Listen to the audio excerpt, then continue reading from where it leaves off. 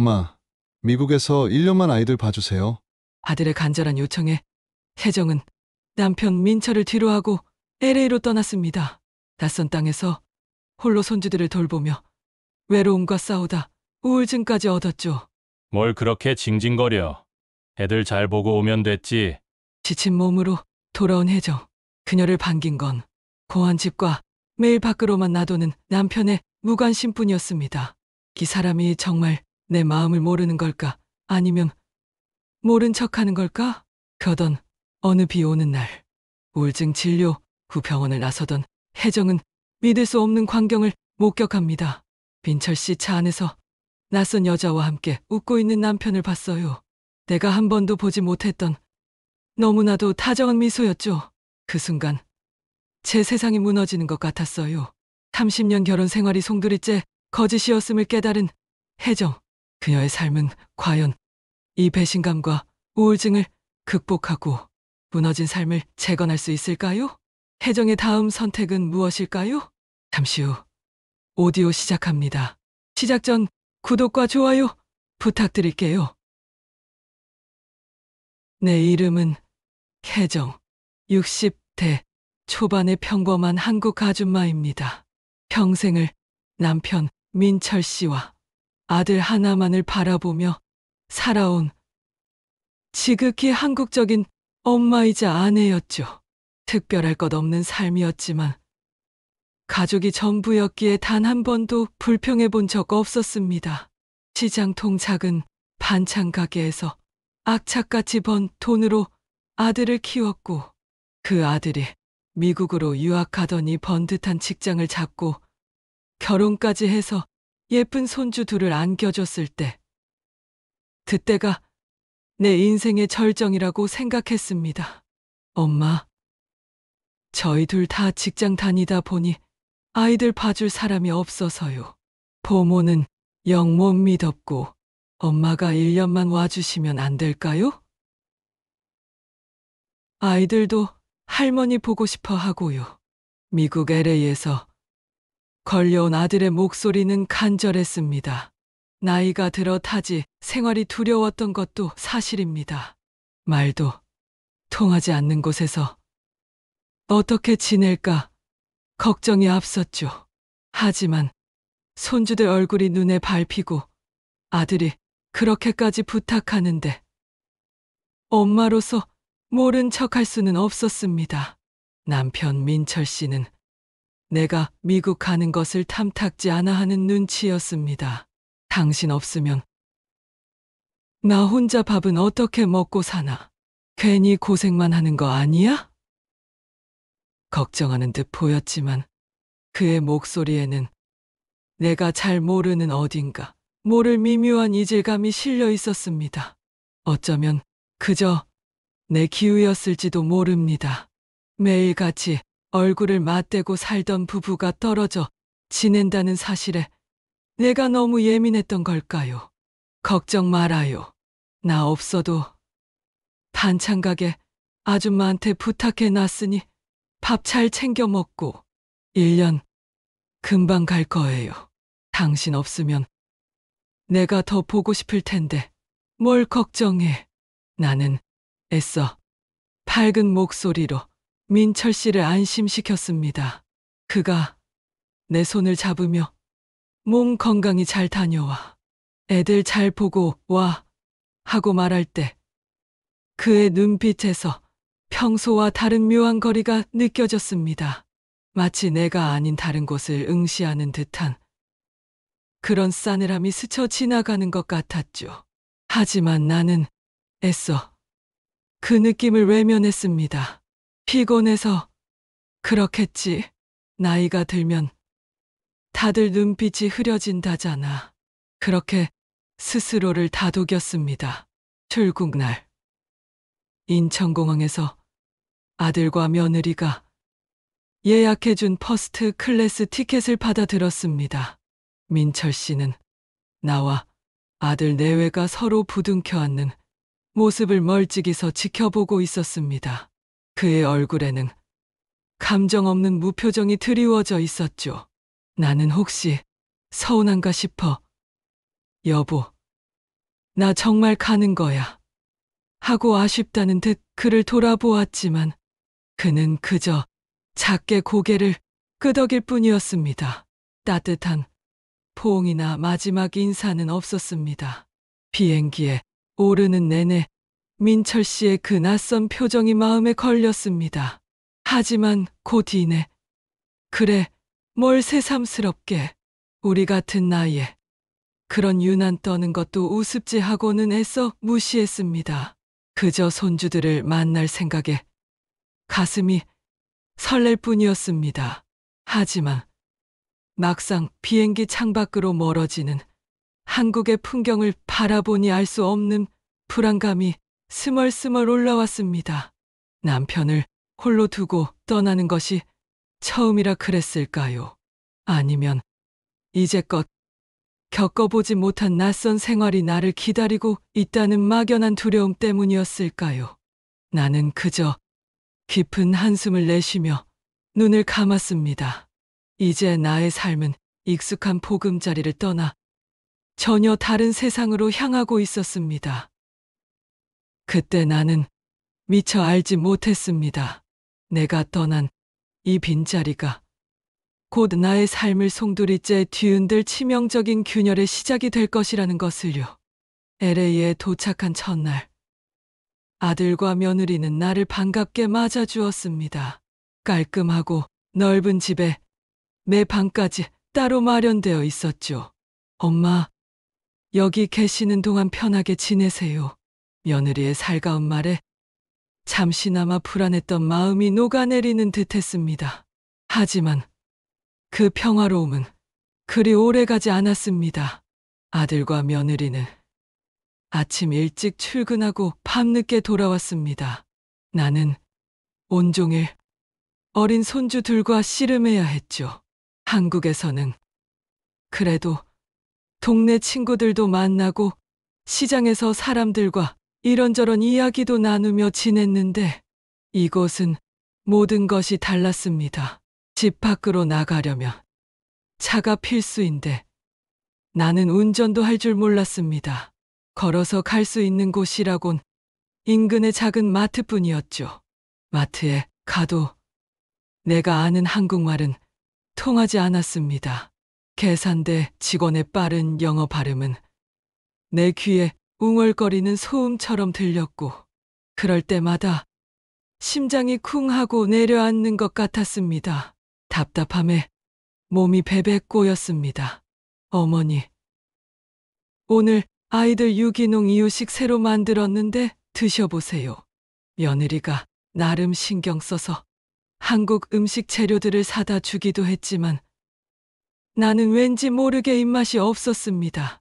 한국에 두고 온 남편, 민철 씨 생각도 자주 났습니다. 그 사람이 내가 없으면 밥은 잘 챙겨 먹는지, 반찬 가게 아줌마가 해주는 밥이 입에 맞기는 하는지 걱정이 앞섰죠.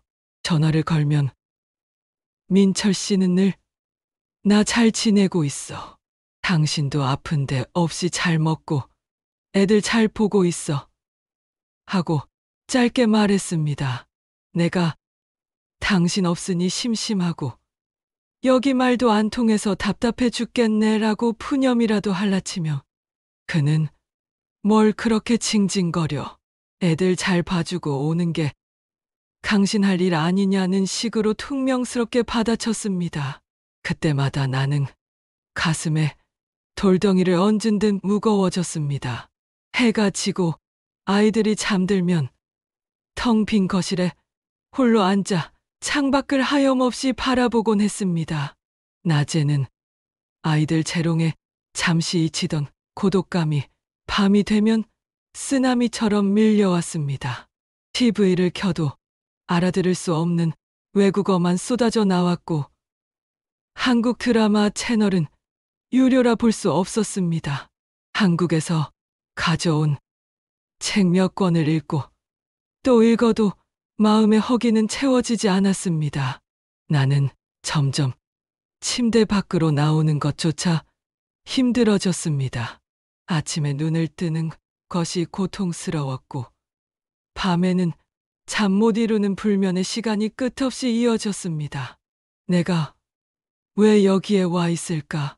나는 여기서 대체 뭘 하고 있는 걸까? 자괴감과 함께 내 마음속에 어두운 그림자 울증과 드리워지고 있음을 어렴풋이 느꼈습니다. 어느 날은 손주가 갑자기 고열로 아파서 병원에 가야 했습니다.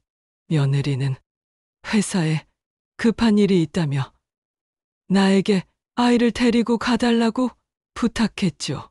나는 서툰 영어로 겨우겨우 택시를 불러 병원에 도착했지만 의사의 말을 한마디도 알아들을 수 없었습니다. 옆에 있던 한국인 간호사 덕분에 겨우 상황을 파악하고 진료를 마쳤지만 그 순간의 무력감은 나를 완전히 주저앉게 만들었습니다. 나는 여기서 아무것도 할 수 없는 존재구나. 오직 아이들만 돌보는 기계처럼 살고 있구나. 스스로에게 끝없는 질문을 던졌지만 답은 찾을 수 없었습니다. 그날 이후로 내 우울감은 걷잡을 수 없이 깊어졌습니다.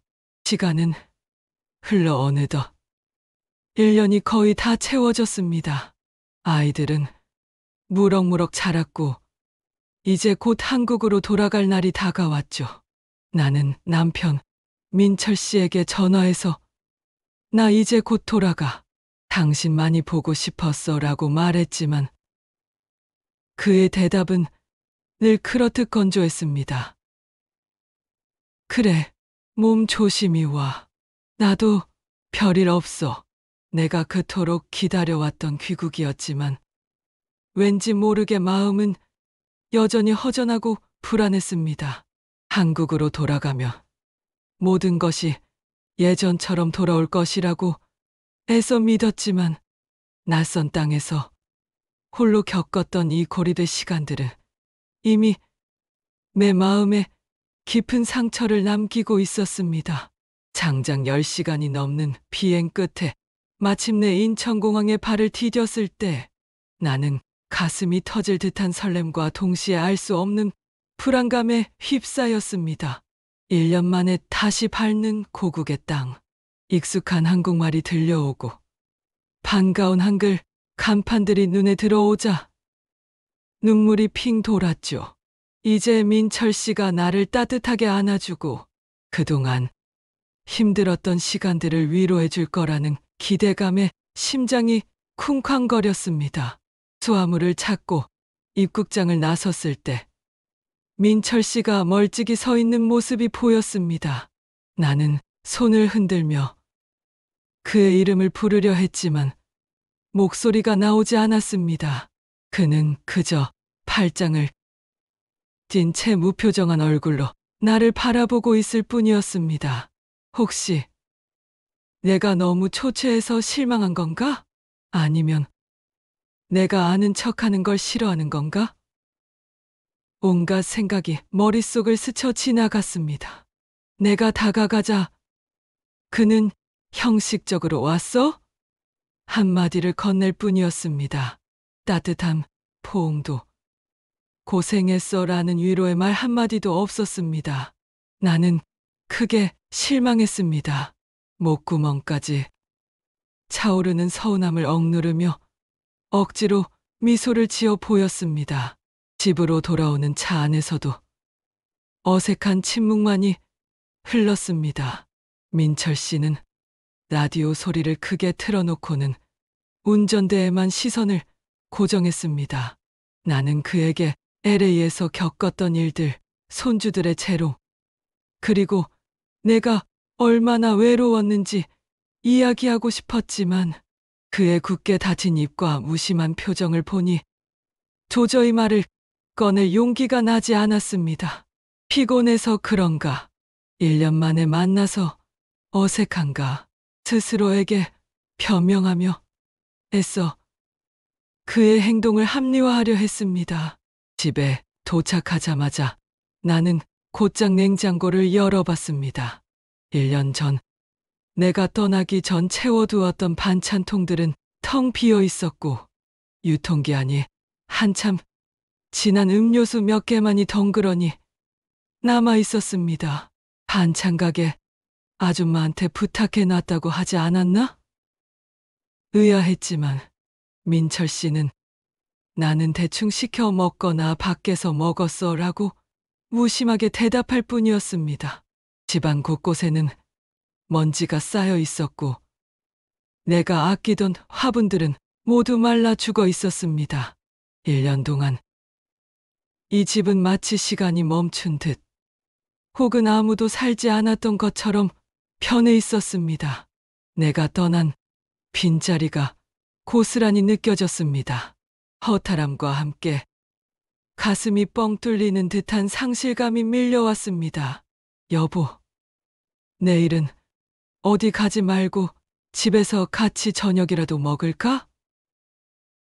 얘가 조심스럽게 말을 건네자 민철 씨는 이미 예약이 있다며 매일같이 밖으로만 나갔습니다. 그는 밤늦게까지 돌아오지 않았고 나는 텅 빈 집에서 홀로 밤을 지새우는 날이 늘어갔습니다. LA에서의 고립감은 고국으로 돌아온 지금 민철 씨의 무관심 속에서 더욱 깊어졌습니다. 그는 내가 겪었던 고통과 변화를 전혀 눈치채지 못하는 듯했습니다. 아니, 어쩌면 알고 있으면서도 외면하고 싶었던 걸까요? 내 마음속에 어두운 그림자는 이제 검은 덩어리가 되어 나를 짓눌렀습니다. 식욕은 사라지고 잠은 오지 않았습니다. 아침에 눈을 뜨면 온몸이 천근만근 무거웠고 아무것도 하고 싶지 않았습니다. 내가 그 먼 타지에서 오직 당신과 아들 가족을 위해 버텼는데 왜 이렇게 무심할까? 남편에 대한 서운함과 배신감이 뒤섞여 나를 괴롭혔습니다. 그의 뒷모습을 볼 때마다 왠지 모를 소외감에 눈물이 터져 나올 것만 같았습니다. 나는 이 무관심의 무게를 더 이상 견딜 수 없었습니다. 점점 더 깊어지는 우울감은 나를 벼랑 끝으로 몰아세우는 것 같았습니다. 밤에는 불면증에 시달리다 새벽녘이 되어서야 겨우 잠이 들었고 낮에는 온몸에 힘이 쭉 빠져 아무것도 할 수 없었습니다. 먹는 둥 마는 둥 하다 보니 살은 계속 빠졌고 거울 속에 비친 내 모습은 마치 해골처럼 변해 있었습니다. 이러다 정말 내가 죽겠구나 하는 두려움이 엄습했습니다. 결국 나는 혼자서는 안 되겠다는 생각에 다시 병원을 찾아갔습니다. 이번에는 우울증 전문의에게 상담을 받기로 했습니다. 의사 선생님은 내 이야기를 덤덤하게 들어주며 지금 겪고 계신 감정들은 자연스러운 현상이에요.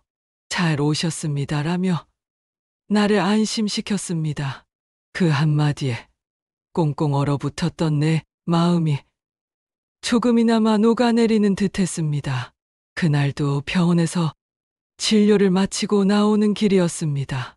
처방받은 약 봉투를 손에 든 채 왠지 모르게 허전한 마음에 발길이 닿는 대로 병원 근처 골목길을 걷고 있었죠. 익숙한 동네였지만 1년 동안 미국에 있었던 터라 모든 것이 조금은 낯설게 느껴졌습니다. 가을비가 촉촉이 내리는 오후였습니다. 빗방울이 어깨에 스며들어 옷이 축축해지는 것도 모르고 멍하니 걷고 있는데 저 멀리 익숙한 차 한 대가 눈에 들어왔습니다. 민철 씨의 차였습니다. 웬일이지? 이 시간에 여기에? 의아함이 들었지만 곧이어 병원에 볼 일이 있나? 하고 대수롭지 않게 넘기려 했습니다. 하지만 그의 차는 병원 주차장이 아닌 한적한 골목길 구석에 세워져 있었습니다. 그것도 아주 어두침침한 곳에 말이죠. 나는 알 수 없는 불길한 예감에 휩싸였습니다. 평소 같으면 그냥 지나쳤을 텐데 그날은 발걸음이 떨어지지 않았습니다. 나는 조심스럽게 그의 차로 다가갔습니다. 차창에는 옅은 선팅이 되어 있었지만 가까이 다가가자 희미하게나마 내부가 보였습니다. 그리고 그 순간 내 눈앞에 펼쳐진 광경은 마치 망치로 머리를 얻어맞은 듯한 충격 그 자체였습니다. 차 안에는 민철 씨가 있었습니다. 그리고 그의 옆자리에는 낯선 여자가 앉아 있었죠. 민철 씨는 그 여자를 바라보며 내가 한 번도 보지 못했던 너무나도 다정하고 환한 미소를 짓고 있었습니다.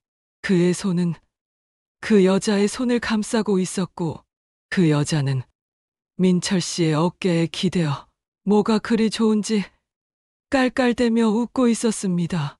마치 오랜 연인처럼 너무나도 자연스러운 모습이었습니다. 내 심장이 쿵 하고 바닥으로 떨어지는 것 같았습니다. 머릿속이 새하얗게 변하고 온몸에 피가 차갑게 식는 듯 했습니다. 아니야, 내가 잘못 본 거야. 설마 민철 씨가 애써 현실을 부정하려 했지만 눈앞의 광경은 너무나도 선명했습니다. 1년 동안 내가 LA에서 외로움과 싸우며 홀로 우울증을 겪고 있을 때 민철 씨는 이곳에서 다른 여자와 이런 다정한 시간을 보내고 있었다니. 내 머릿속에서 지난 1년의 시간들이 주마등처럼 스쳐 지나갔습니다. 내가 힘들다고 전화할 때마다 무심하게 전화를 끊던 그의 모습, 집으로 돌아왔을 때 나를 반기던 그의 덤덤한 표정, 매일같이 약속이 있다며 밖으로 나돌던 그의 뒷모습, 그 모든 것이 퍼즐처럼 맞춰지면서 하나의 끔찍한 그림을 완성하는 것 같았습니다. 내 지난 세월과 남편과의 모든 맹세가 산산조각 나는 듯했습니다. 가슴이 찢어지는 듯한 배신감과 함께 온몸에 소름이 돋았습니다. 나는 그 자리에 멍하니 서서 빗줄기가 내 얼굴에 쏟아지는 것도 모른 채 차 안에 두 사람을 바라볼 수밖에 없었습니다. 차창 너머로 보이는 그의 다정한 미소는 나에게 향한 것이 아니었습니다. 그 미소는 내가 아닌 다른 여자를 위한 것이었습니다. 나의 세상이, 내가 알던 모든 것이 한순간에 무너져 내리는 듯했습니다. 남편의 차를 발견한 그날 밤, 나는 한숨도 자지 못했습니다. 눈을 감으며 민철 씨와 그 여자의 웃는 얼굴이 아른거렸고 귀를 막아도 그의 다정한 목소리가 맴도는 것 같았습니다. 1년 동안 LA에서 혼자 외롭게 버티며 겪었던 우울감보다 더 큰 충격과 배신감이 나를 덮쳤습니다. 내가 왜 이 먼 타지에서 홀로 고생했을까? 나는 대체 누구를 위해 이 모든 것을 감당했던 걸까?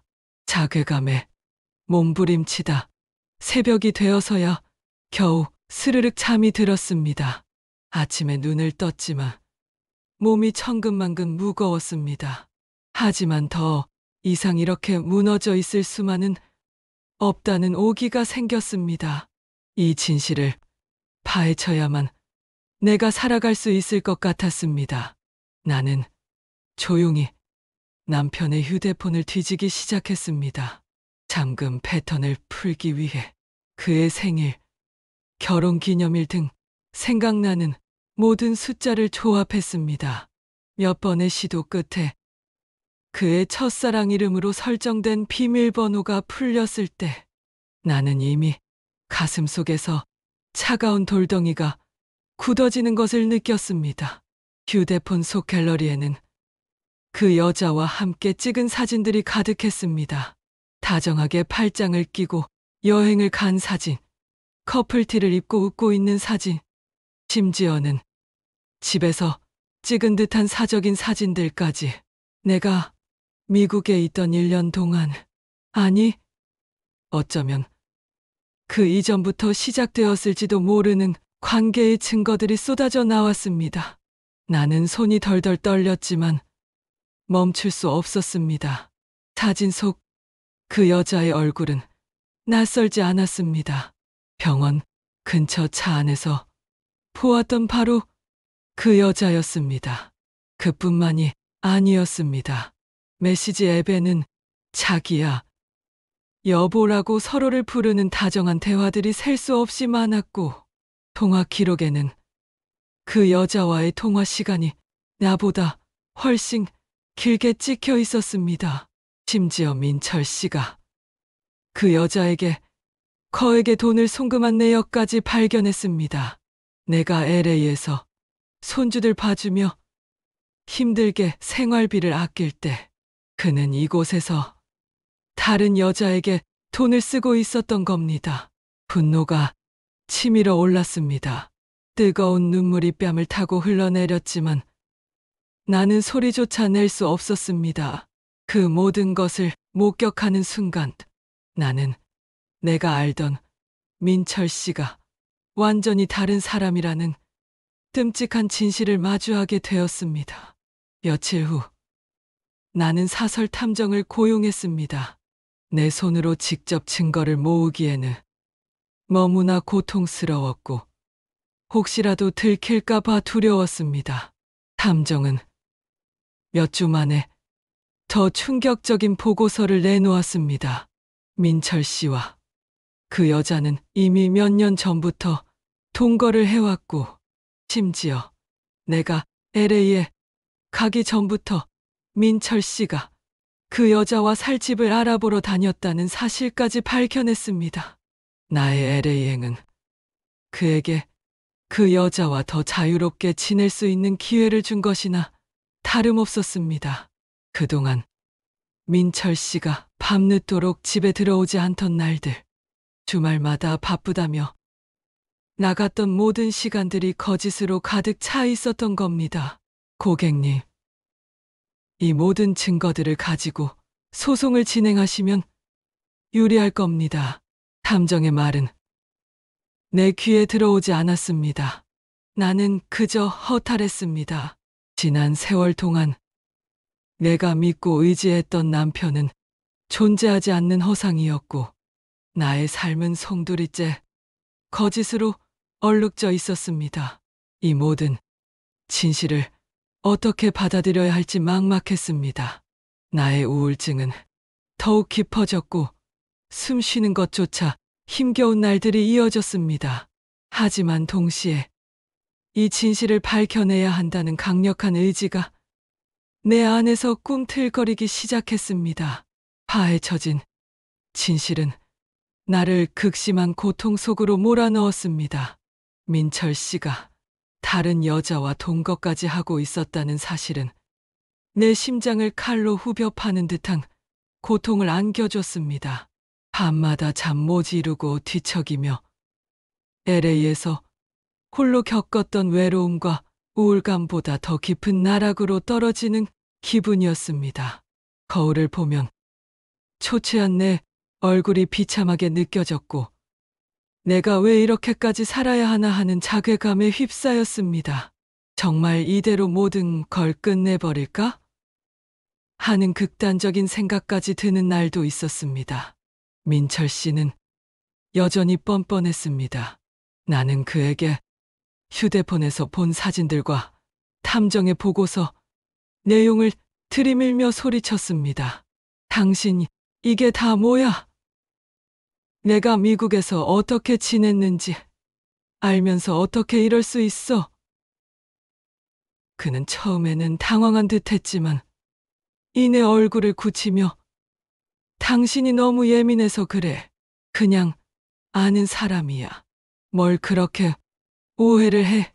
하고 거짓말을 늘어놓았습니다. 그의 뻔뻔한 태도에 나는 분노를 넘어선 혐오감을 느꼈습니다. 어떻게 30년 넘게 함께 산 사람에게 이렇게 잔인하게 거짓말을 할 수 있을까? 민철 씨는 내 우울증을 핑계 삼아 모든 상황을 회피하려 했습니다. 당신, 우울증 때문에 이상한 소리 하는 거 아니야? 병원에서 약 잘 먹고 정신 차려.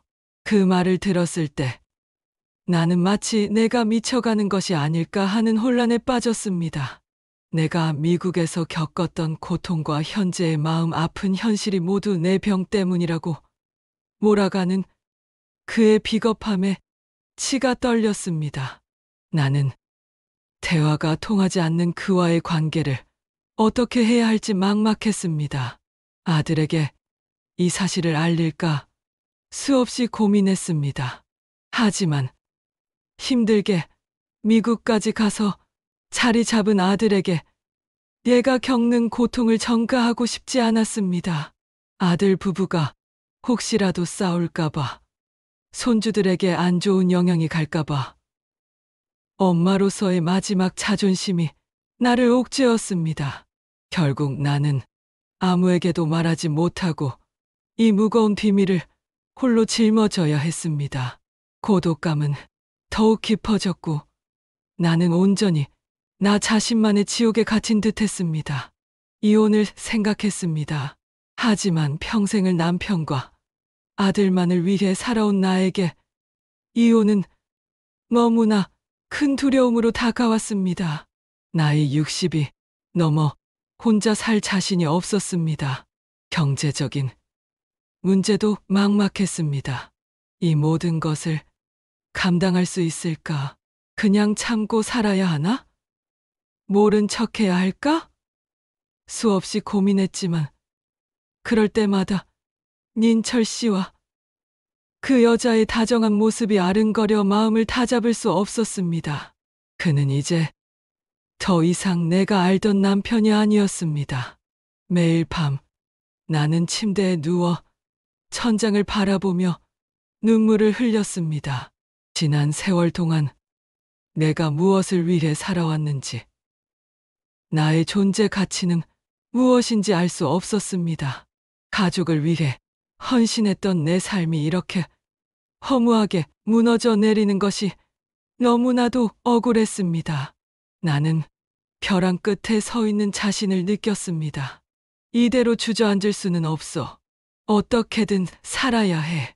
마음속 깊은 곳에서 희미하게 남아 살아야겠다는 의지가 피어나는 것을 느꼈지만 그 길은 너무나도 멀고 험난해 보였습니다. 나는 삶의 갈림길에서 고통스러운 선택을 앞두고 있었습니다. 더 이상 이 고통 속에서 허우적거릴 수는 없었습니다. 벼랑 끝에 선 나를 붙잡아 준 것은 이제껏 내가 잃어버렸다고 생각했던 나 자신의 태안 연민이었습니다. 이렇게 무너지기에는 내가 너무 아깝지 않나. 내가 누구 때문에 여기까지 왔는데. 나는 마음을 단단히 먹었습니다. 비록 몸과 마음은 만신창이가 되었지만 이 모든 상황을 끝내기 위해서는 민철 씨와 직접 대면해야 했습니다. 피하고 숨는다고 해결될 문제가 아니라는 것을 깨달았습니다. 어느 날 저녁, 민철 씨가 여느 때처럼 외출하려 현관문을 나설 때였습니다. 나는 더 이상 그의 비겁한 뒷모습을 보며 눈물을 흘리지 않기로 했습니다. 그의 앞을 가로막고 단호하게 말했습니다. 민철 씨, 오늘 나랑 이야기 좀 해요. 어디 가지 말고. 내 목소리는 떨렸지만 그 속에는 이제껏 그가 본 적 없는 단호함이 실려 있었습니다. 민철 씨는 당황한 듯 했지만 내 눈빛을 피하지 못하고 결국 소파에 앉았습니다. 나는 그에게 그동안 내가 겪었던 모든 고통을 쏟아냈습니다. LA에서의 고립감, 우울증으로 죽고 싶을 만큼 힘들었던 시간, 그리고 무엇보다 그의 배신으로 산산조각 난 내 마음을 숨김없이 드러냈습니다. 내가 미국에서 죽을 만큼 힘들 때 당신은 여기서 다른 여자랑 웃고 있었다면서요. 이게 대체 무슨 짓이에요? 얘가 평생을 당신 하나 바라보며 살았는데 어떻게 나한테 이럴 수 있어요? 매 목소리는 격앙되었고 눈에서는 뜨거운 눈물이 쏟아졌습니다. 민철 씨는 처음에는 시선을 피하며 변명하려 했습니다. 당신이 너무 예민한 거 아니야. 그냥 아는 사람이라니까. 왜 이렇게 확대 해석을 해?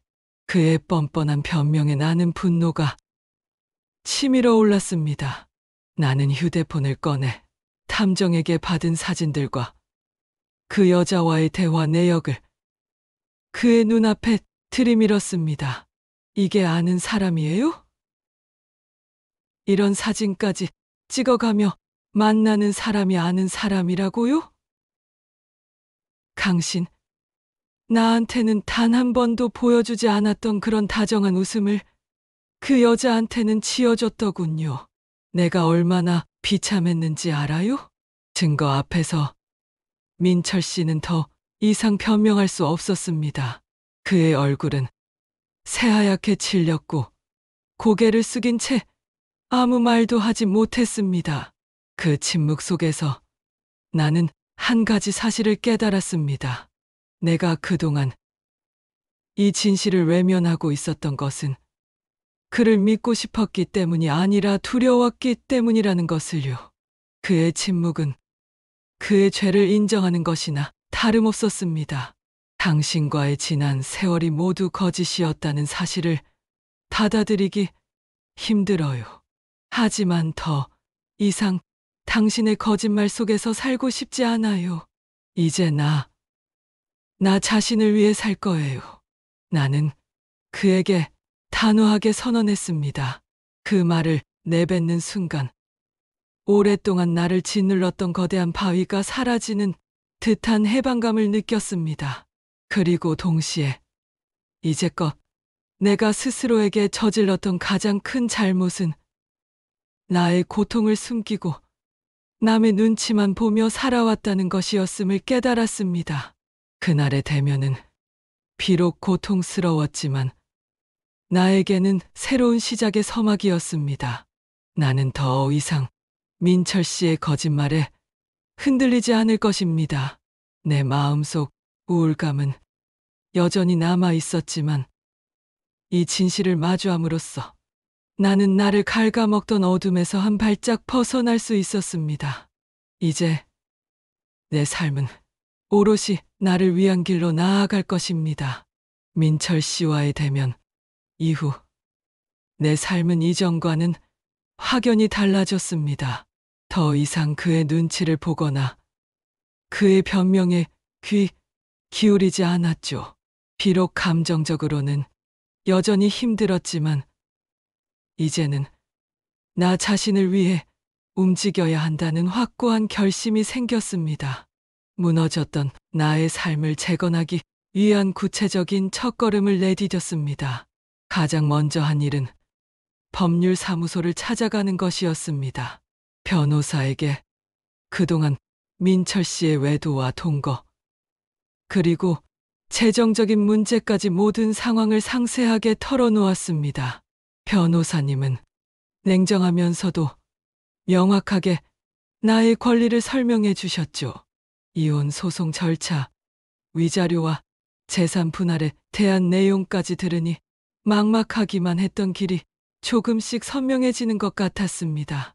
민철 씨는 내가 정말 소송까지 갈 줄은 몰랐는지 변호사에게서 연락이 오자 당황한 기색이 역력했습니다. 그의 비겁한 태도를 다시 한번 확인했지만 이제는 더 이상 그의 감정에 휘둘리지 않았습니다. 동시에 우울증 치료에도 더욱 적극적으로 임했습니다. 의사 선생님과의 상담 시간을 늘리고 처방받은 약도 꾸준히 복용했습니다. 병원에서는 심리치료와 함께 그룹 상담 프로그램 참여를 권유했습니다. 처음에는 낯선 사람들과 내 아픔을 공유하는 것이 두려웠지만 나와 비슷한 상처를 가진 사람들의 이야기를 들으며 위로와 공감을 얻을 수 있었습니다. 혼자 겪는 일이 아니에요 라는 의사 선생님과 다른 이들의 말은 내가 얼마나 오랜 시간 혼자 힘들어 했는지 대답게 해주었습니다. 조금씩 마음의 짐을 덜어내자 짓눌렸던 숨통이 트이는 기분이었습니다. 아들 내외에게도 이 사실을 알리기로 마음먹었습니다. 비록 아들이 충격받을까 걱정했지만 더 이상 이 거대한 비밀을 혼자 감당할 수는 없었습니다. 영상 통화로 아들과 며느리에게 모든 것을 솔직하게 이야기했을 때 아들은 한동안 말을 잇지 못했습니다. 하지만 곧 엄마, 괜찮아요? 저희가 몰랐어요.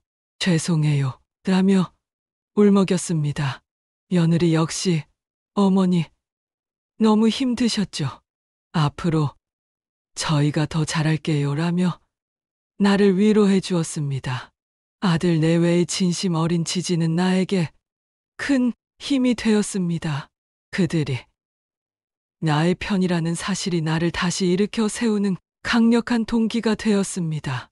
민철 씨와의 법정 공방은 쉽지 않았습니다. 그는 마지막까지 자신의 잘못을 축소하고 책임을 회피하려 했습니다. 하지만 나는 변호사님과 함께 냉정하게 증거들을 제시하며 나의 권리를 주장했습니다. 그 과정에서 지난 세월 동안 내가 그를 위해 얼마나 많은 것을 희생했는지, 그리고 그가 나에게 얼마나 큰 상처를 주었는지 다시 한번 마주하게 되었습니다.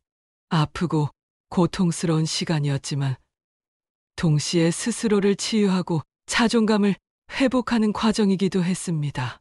재판은 길고 지루했지만 결국 나는 나의 정당한 권리를 인정받았습니다. 홀로 서기를 위한 경제적인 기반을 마련할 수 있게 된 것이죠.